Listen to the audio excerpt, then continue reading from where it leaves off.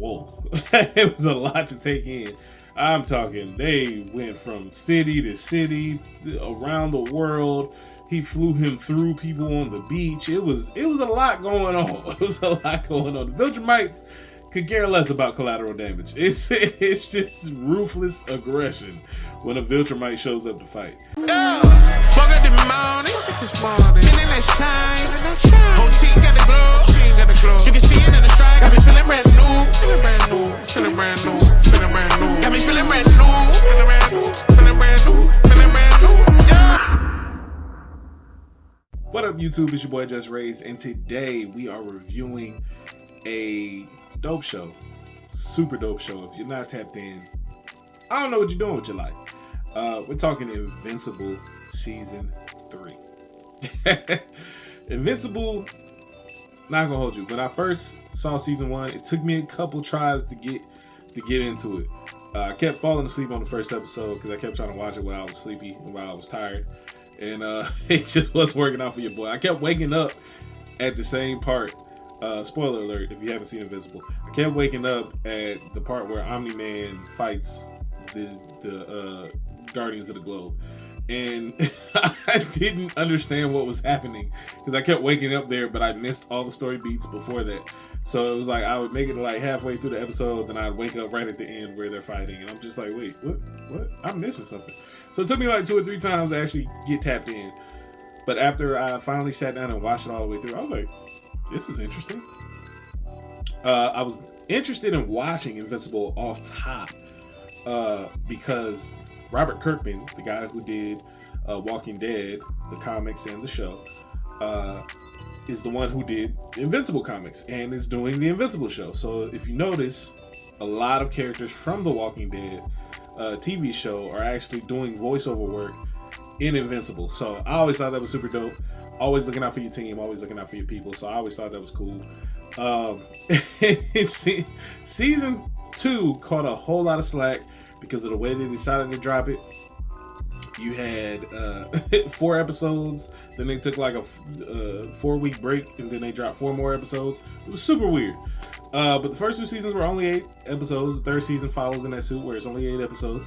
And normally, I think in season 2, I actually reviewed each episode. But this time, I was just like, you know what? I'm just going to review the season as a whole once it's over with. Because I was already reviewing Solo Leveling. I was already reviewing Your Friendly Neighborhood Spider-Man. I was already reviewing Daredevil Born Again. So it's like, I don't want to have too many reviews on my plate. So I was like, let me just go ahead and watch the show, and I'll do a whole season review. Same thing I did for Paradise. I'll do a whole season review once I'm finished. And so now that the finales come out, man, season 3 was very, very interesting. Very, very interesting. One thing, I'll talk about that later. But season 3, man, we learned a lot about Mark. We learned a lot about his father. We learned a lot about the Coalition of Planets. Like, it was a lot of different things that happened in season 3. We learned about the Viltrumites to an extent. We got introduced to a few new characters. Shout out to Tech Jacket. Even though he didn't get formally introduced yet, he got soft launched in a way. But we haven't been formally introduced to who Tech Jacket is, even though he is one of the strongest characters in Invincible. But we got to see the dynamic of Mark kind of settling into his decision to not go back to school and just really fight crime and be a hero.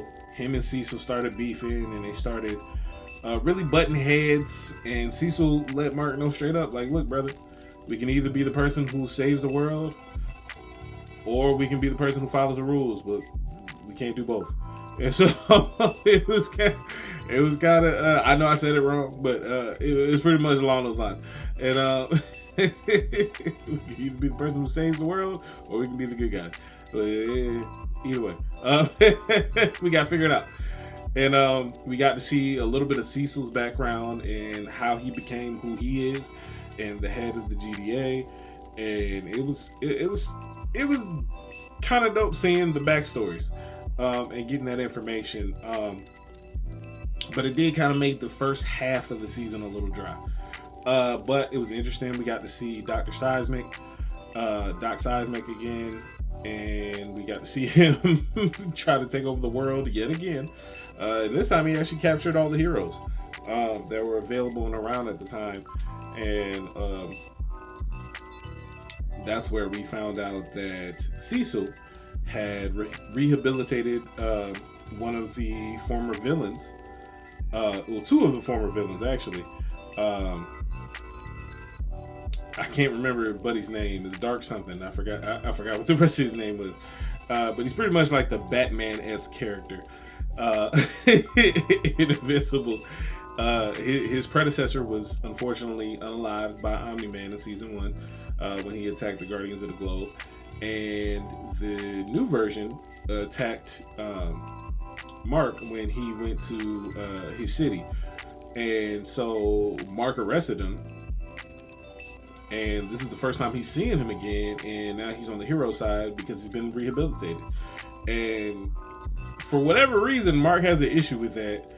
I guess he felt like he felt like he needed to be consulted before Cecil rehabilitates some of the villains to the hero side to help them in their cause, and he just wasn't having it. And it was just like, I feel you to an extent, Mark, but at the same time, you gave your father grace. And even Cecil called him out on that. He was just like, bruh, you kind of being hypocritical here, because you also gave grace to your father in his situation, and even brought your brother back here to Earth to be raised by your mother. And it's just like, this kind of being hypocritical if you're allowing your father to be able to be kind of redeemed or have some sort of redemption, but you're not allowing these other people to have that same redemption. And it was just kind of like, fair point. fair point at this point. But Mark wasn't having it, so he ends up splitting from the GDA and from the Guardians of the Globe, goes to do his own thing. He ends up taking some of the homies with him. They end up splitting and doing their own thing as well. So we have, of course, Bulletproof Robot, Monster Girl, Rex, and the Shrinking Girl. They all left and went to do their own thing. Adam Eve still kind of up in limbo, like she low-key retired, but at the same time is willing to stay and help Mark and all that stuff. So she's rocking with Mark. Mark and Adam Eve end up becoming a thing. They end up becoming a couple, and it's awkward at first because it's like, are you really doing this because you like me, or are you only doing this because future Adam Eve told you to? And it's just like, well, future Adam Eve ain't me, so it's just like, what you doing here, buddy? So it was like, will they, won't they? It was a lot of turmoil. Even Adam Eve having a heart-to-heart with Amber. It's kind of weird, but ended up working out. And we just see just Mark's life developing. We see him trying to train his brother Oliver to be a superhero, and to how to control his powers, and to how to value life, even though his brother did unalive the Mauler twins permanently. And after that, Mark kind of tried to show him the ropes, but also tried to sit him down at the same time, because he's just like, bro, you're doing too much. You're not valuing life. And Oliver kind of had some choice words for him too there, because he's just like, yeah, I mean, but I don't view life the same way y'all view life. Like, I got Viltrumite blood and I got Thraxan blood. Like, I know what life looks like to go by in a flash, and I also know what it looks like to have a long life because I got Viltrumite blood to be. And so it's just like, I don't view life the same way y'all view life. If somebody's being evil and threatening, we take them out. That's just what we do. We take them out. We're supposed to be heroes. And in order to get them to stop, like, yeah, we could arrest them, but we could also end them, and like it would solve the problem. And so they're just trying to teach them compassion, which is something you should teach your kids. Definitely compassion, especially for those weaker than you. And so we just see throughout the season just him trying to teach them how to be a hero and how to be better. Then we got the return of Angstrom Levy randomly, and he brings the Invincible War. And the Invincible War, they did it in pretty much an episode. And then at the end of the Invincible War, we end up meeting Conquest, and all hell breaks loose. Conquest just starts beating everybody. He starts beating everybody. He beat Mark, he beat Adam Eve, he almost unalived Oliver, and it was just it was a lot. It was very reminiscent of when Mark fought his daddy in season 1. Like it was a lot. Mark ended up defeating him, but at what cost? He really, I mean, hand was broken, foot was broken. Like whew, brother Mark was going through a lot. Yeah, both his hands were broke, his foot was broke. Like the brother was going through it. Now of course it'll be okay because he survived the fight, and he beat Conquest. He thinks he unalived him, but unfortunately, of course, Cecil being the crafty individual that he is, he ends up keeping him in a facility so he can question him when he wakes up, to make sure that they can learn everything they can about the Viltrum Empire. And I don't think that's going to go the way he thinks that's going to go. That's just me. That's just me. And it's funny because I do know certain things that happen in the comics later on down the road, but I don't know necessarily how we get to those certain points. And I kind of like it like that. But at the end of the day, my biggest issue with the Invincible War, I thought it was done well the way that they did it. However, I do feel like they should have given us like maybe at least two, if not 3 episodes of the Invincible War. Like I feel like it should have been more. I feel like it should have been stretched out a little more, because it was something that took place over multiple days. It wasn't something that just happened in one day and then it was resolved. Even though it all happened in one episode, it was interesting to see how they did it. Like I said, I feel like they did it the best way that they could in that moment to only have 8 episodes during this season. I feel like they should have probably went 12 episodes this season and given us like 2 or 3 episodes of the Invincible War, because I feel like it was a lot of beats. Because everything was going so fast, it was a lot of beats that were kind of like didn't have the impact that they could have, in my opinion. Like Rex sacrificing himself to stop an evil version of Invincible should have had more weight to it. But I feel like we had a brief moment for like 2-3 seconds where everybody's realizing what just happened. Then it's on to the next fight because we got to keep fighting these Invincibles before they destroy the world. And it was just kind of sad. It was sad that his impact wasn't felt as much as it should have been, considering it was Rex. Like Rex was an important member of the squad, and even his funeral, I felt like that could have been like a whole half an episode, but they kind of brushed through that with the aftermath of the Invincible War. And I know in the comics, the Invincible War was like a cross between the Invincible comics and Image comics. So they had Spawn, they had a bunch of other Image comic book characters involved in the Invincible War. So it was a lot of stuff going on. I know it wasn't going to be able to do that to keep it a true adaptation from the comics to the actual cartoon. But I just felt like it could have used some more weight to it. It could have used some more time for it to cook, for us to really see the depths of everything that transpired. And we see, unfortunately, Adam Eve get injured in that fight. Yeah, she's fighting evil Marks, even though Mark is stronger than our Mark. Our Invincible is stronger than the majority of the evil Marks. She still got done up and pieced up because Mark is still a Viltrumite at the end of the day. So these evil Marks are definitely, they are varying different degrees of strength. And she definitely got her leg broke by one of the Marks. And then later in the fight with Conquest, gets unalived, gets destroyed by Conquest. And it was just, whew. But through the process of her being unalived, she was able to break down the mental barriers and blocks that they had put in her since she was a child to limit her powers. And she was able to reconstruct her body even after being unalived, and was able to assist Mark in taking out Conquest. And so that was interesting. The way that they, that whole Conquest fight, just that being the final episode, that was done well. But it was just like, whoa. It was a lot to take in. I'm talking, they went from city to city, around the world. He flew him through people on the beach. It was a lot going on. It was a lot going on. The Viltrumites could care less about collateral damage. It's just ruthless aggression when a Viltrumite shows up to fight. And man, oh man, we even see Omni-Man and Alan the Alien link up and take on some Viltrumites when Omni-Man is allegedly supposed to be getting pretty much capital punishment, to say the least, by the Viltrum Empire. He's supposed to be executed and for his crimes against the Viltrum Empire.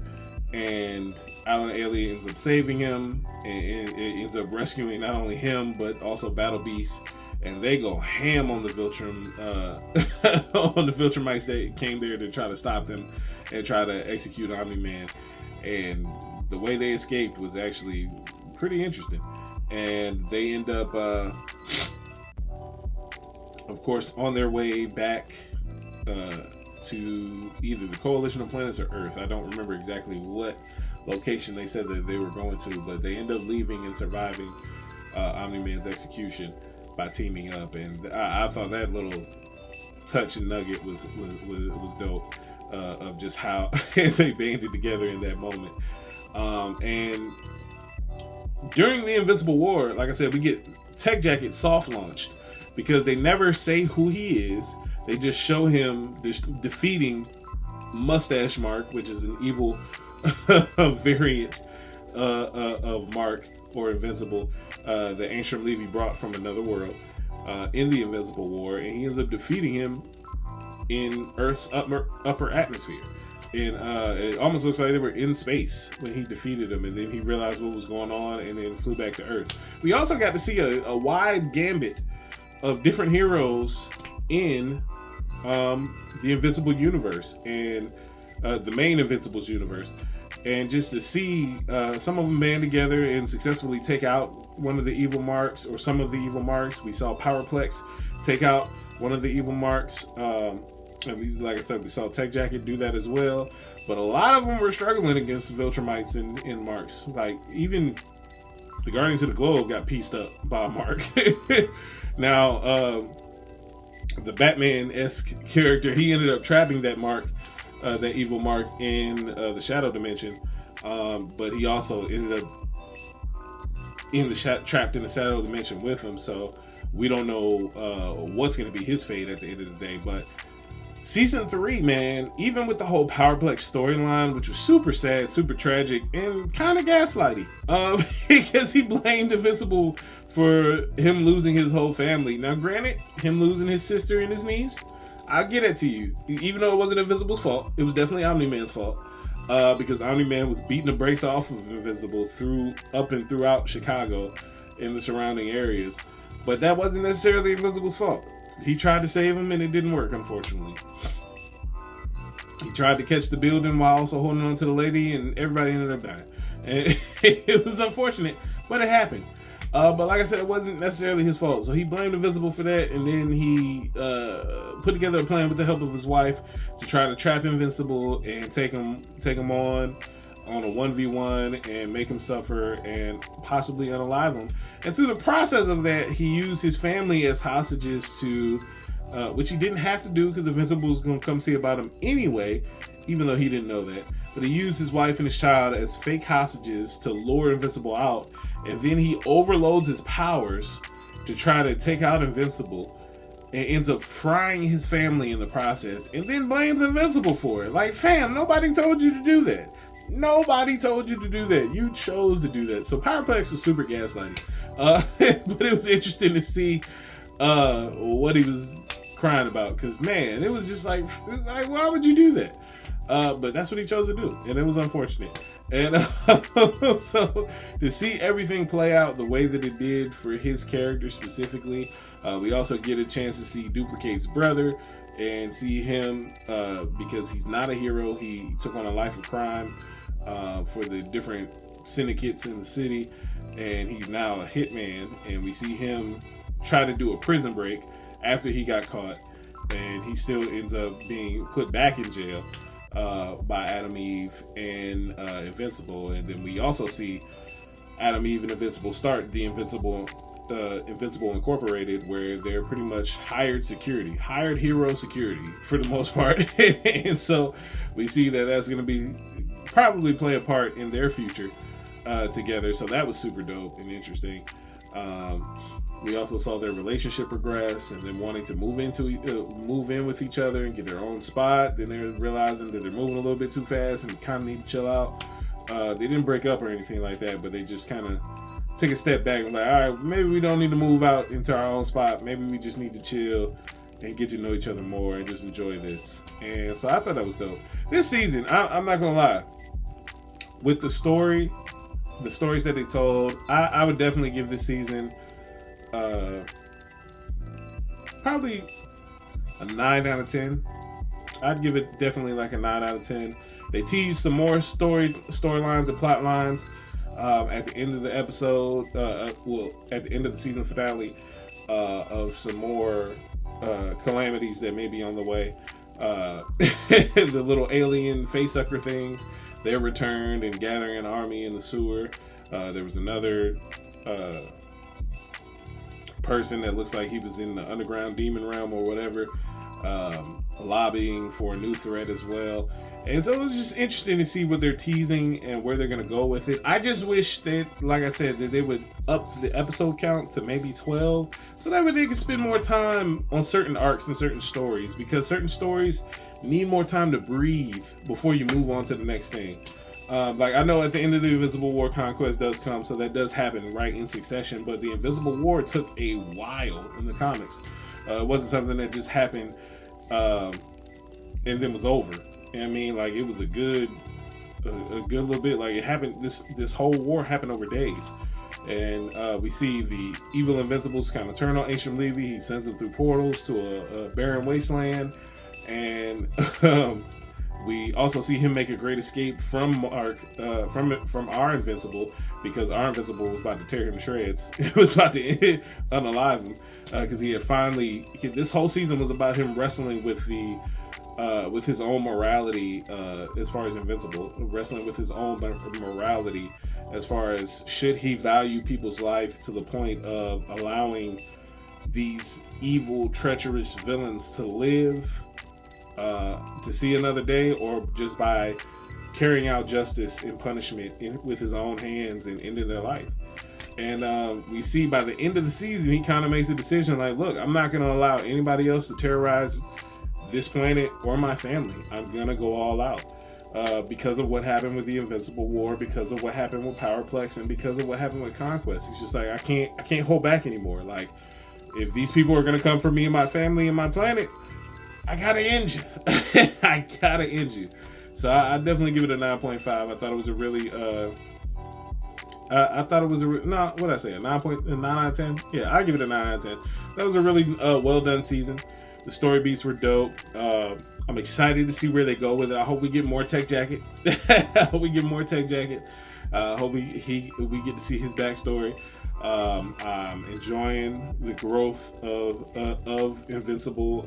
Can't wait to see what's going to happen if and when Omni-Man and Invincible link back up. Can't wait to see what's going to happen with Oliver as he grows and matures and develops. Can't wait to see how Adam Eve is going to grow and mature and develop now that she's got some of these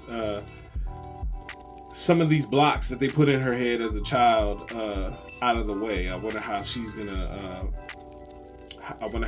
stand toe to toe in battle in the next coming fights. But it's a lot of stuff that's gonna happen, because the Invincible one thing about the Invincible comic, it goes for a long time. Like Mark is pretty grown by Viltrumite standards. He's pretty grown by the time the Invincible comic actually ends. So if they plan on doing the entire story, we're gonna be here for some seasons. So it's gonna be interesting to see how they tell this story in show form. So I'm tapped in, I'm locked in. Let me know in the comments below, what was your favorite moment of the season? What was your favorite moment of Invincible so far out of 3 seasons? Have you been tapped in? Have you locked in? Have you watched it? Let me know in the comments below. Don't forget to like, comment, share, subscribe if you haven't already. Stay tapped in, stay tuned in, stay locked in, hit that notification bell so that way you can be notified anytime we drop a new video on the channel, which is every day. And never forget, it's free soul to the soul free. Let's get it.